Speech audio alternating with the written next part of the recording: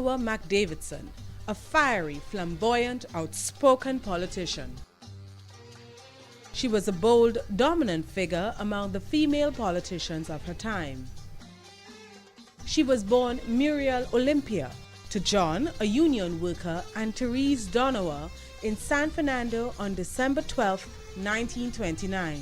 As a child, Muriel followed her father around during his years of marching with the Union and campaigning in San Fernando.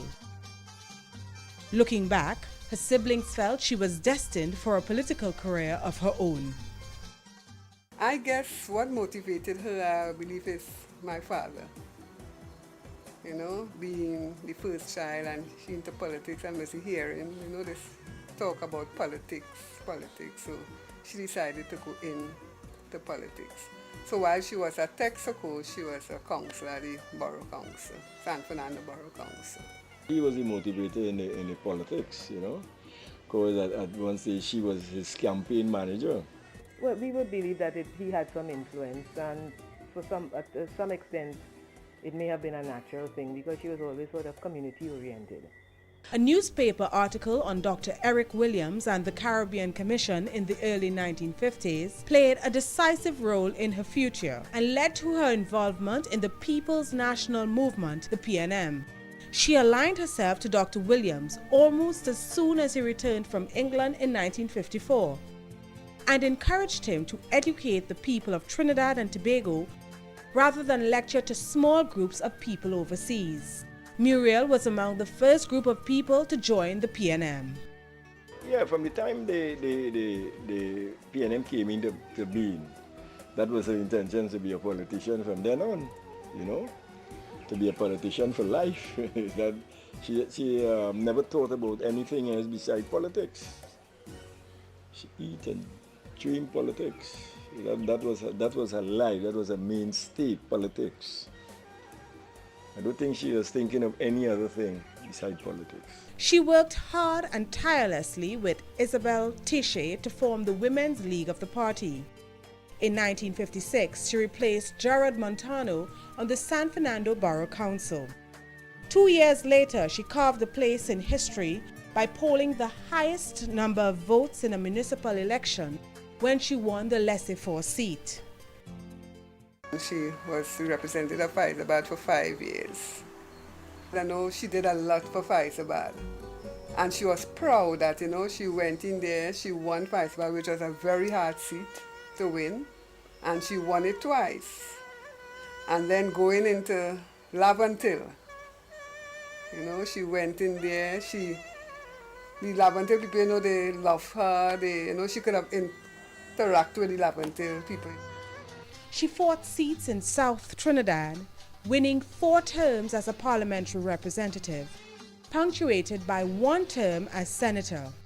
As she worked her way to the title of one of the longest-serving members of parliament, she held a number of different portfolios spanning 2 prime ministers. Her best contribution to the country was in the Ministry of Community Development, where she intervened to successfully remove duties and taxes on local publications. Mrs. McConnell gives an insight into how she operated. Go directly to the people, it didn't matter. She would go in the sports field, she will go by the corner and talk to the youth. She will just go anywhere. If it takes her to the rum shop, she will go there. She will talk. She just had a natural ease of dealing with it. She operated an open door policy. People would come to her home any hour of the day, any hour of the night, and she would entertain them. She would listen to what they have to say. If they needed something and she can find it, she will give them. If she didn't have it, she will get on the phone and call somebody to ensure that that person got what they wanted.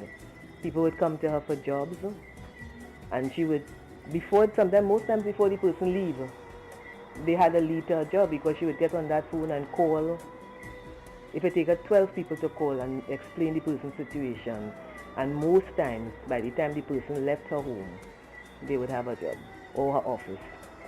Her political career spanned the victorious years of the PNM, where she was undoubtedly the most flamboyant of her female colleagues.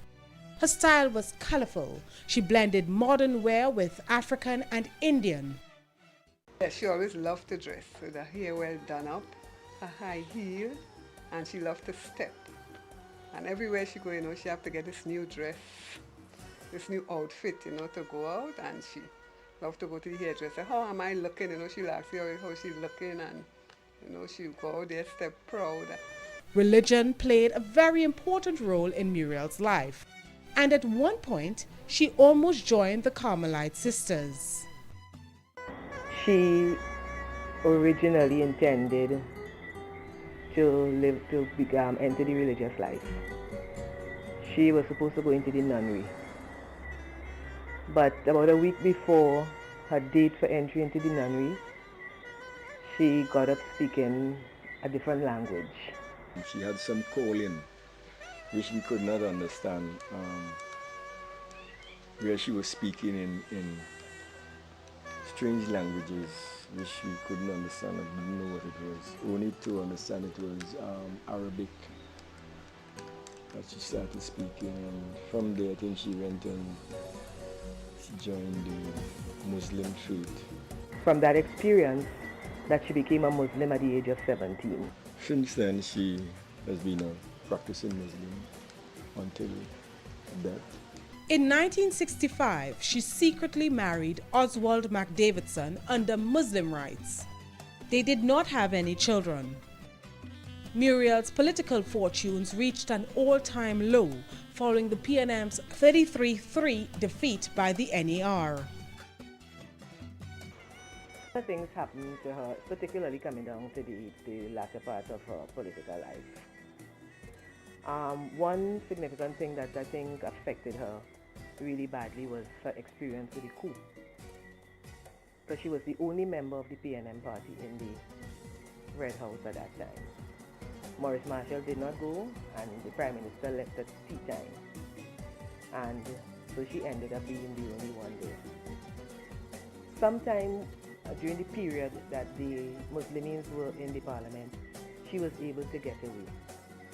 And she ran from the Red House through the square, Woodford Square, and into the City Hall with one shoe on and one shoe off. And that was from a woman over 60 years old. Right? And somebody even shouted in the square, "Is that Muriel Donawa?" And she said, "Who named that?" Right? So she spent a few days in City Hall, and she left because she used to take some medication that she needed to take every day, and against advice she asked to leave, and even after insisting, they organized a vehicle for her to come home. However, when the vehicle got around the savannah, it was one of the estate police vehicles. The vehicle was shot at. We don't know if the shot was meant for her or what. One of the estate policemen got shot in that attempted whatever shooting. She again jumped out of the vehicle and ran through Mali Street and stopped off at somebody's home, and the person let her in, and she spent a few days there again before going home. The other terrible part of it all is at the end of the coup, it was discovered that her chauffeur was killed. He was the last person to be found, but it appeared as though he was the first person to be shot because they found his body under the steps in the Abercrombie Street. In 1991, after major disagreements with the political leader Patrick Manning, she bitterly severed ties with the PNM. She was not the type of person you could put in a corner. She will not go in a corner. She will battle and battle. Sometimes she became very deeply wounded, but it did not deter her battle. For a while after that, she dabbled in the insurance industry, then migrated to London after her mother's death. On her return to Trinidad, she would not restrain her political inclinations and joined the UNC, the United National Congress. I know I was disappointed with, you know, what she do, you know that she was one of the founders, you know, what PNM have done. We grew up in a PNM family, and, you know. I think after the coup, she was never really herself, you know. Basdeo Pandey encouraged her to contest one more general election. She agreed to challenge Patrick Manning for the San Fernando East seat, but that was not to be. Her campaign was cut short by her failing health. At the age of 71, she succumbed to bone cancer. Her death marked the end of a political era. Her whole life was politics. She talked politics. She was a family person, you know, and I don't think she had an enemy. Not that I know of, you know. Politics was her life. She just loved it. Muriel Donawa McDavidson was laid to rest on January 19, 2001 at the Rudal Cemetery, San Fernando, under full Muslim rites, a short distance away from her childhood home.